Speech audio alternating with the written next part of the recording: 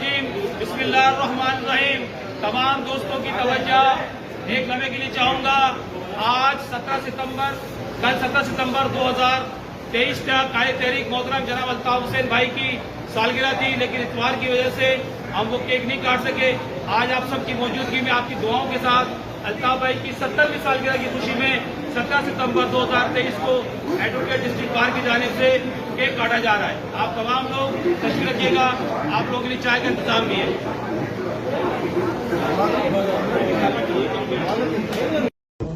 बिस्मिल्लाहिर्रहमानिर्रहीम। मोहतरम कायदे तहरीक अल्ताफ हुसैन भाई को मेरी जानिब से और पूरी शोबे खवातीन की जानिब से 70वीं सालगिरह बहुत बहुत मुबारक हो। अल्लाह ताला से हमारी दुआ है कि अल्लाह ताला उनका साया हमारे सरों पर कायम रखे और उनको सेहत और तंदुरुस्ती अता करे।